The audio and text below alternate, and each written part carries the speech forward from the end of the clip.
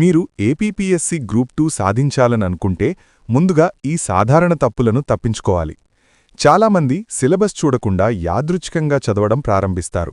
కానీ స్పష్టమైన ప్రణాళిక లేకుండా చేసే సిద్ధత అనేది దిశలేని ప్రయాణం లాంటిది. అలాగే గత సంవత్సరాల ప్రశ్నపత్రాలను పట్టించుకోరు. కానీ వాటిని పరిశీలిస్తేనే పరీక్ష విధానం, ముఖ్యమైన అంశాలు స్పష్టంగా అర్థమవుతాయి. ప్రతిరోజూ చదవడం మాత్రమే సరిపోదు. పునర్విమర్శ లేకుండా నేర్చుకున్న విషయాలు ఎక్కువ కాలం గుర్తుండవు. అందుకే చిన్న నోట్స్ తయారు చేయడం చాలా అవసరం. లేకపోతే చివరి సమయంలో పునర్విమర్శ నెమ్మదిగా సాగుతుంది. ఇంకా చాలామంది మాక్ పరీక్షలను రాయకుండా వదిలేస్తారు.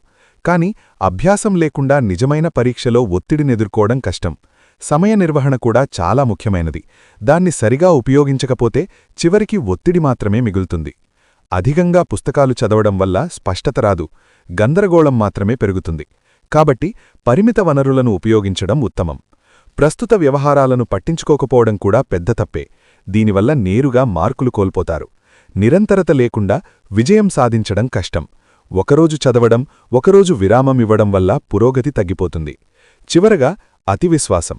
సరైన సిద్ధత లేకుండా అతివిశ్వాసంతో ఉంటే ఫలితాల సమయంలో పశ్చాత్తాపం తప్పదు.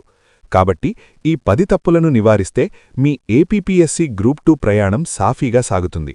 ఇప్పుడే సీరియస్గా ప్రారంభించండి. ఇలాంటి మంచి వీడియోస్ కోసం ఈ ఛానల్ని ఇప్పుడే సబ్స్క్రైబ్ అండ్ ఫాలో కొట్టండి.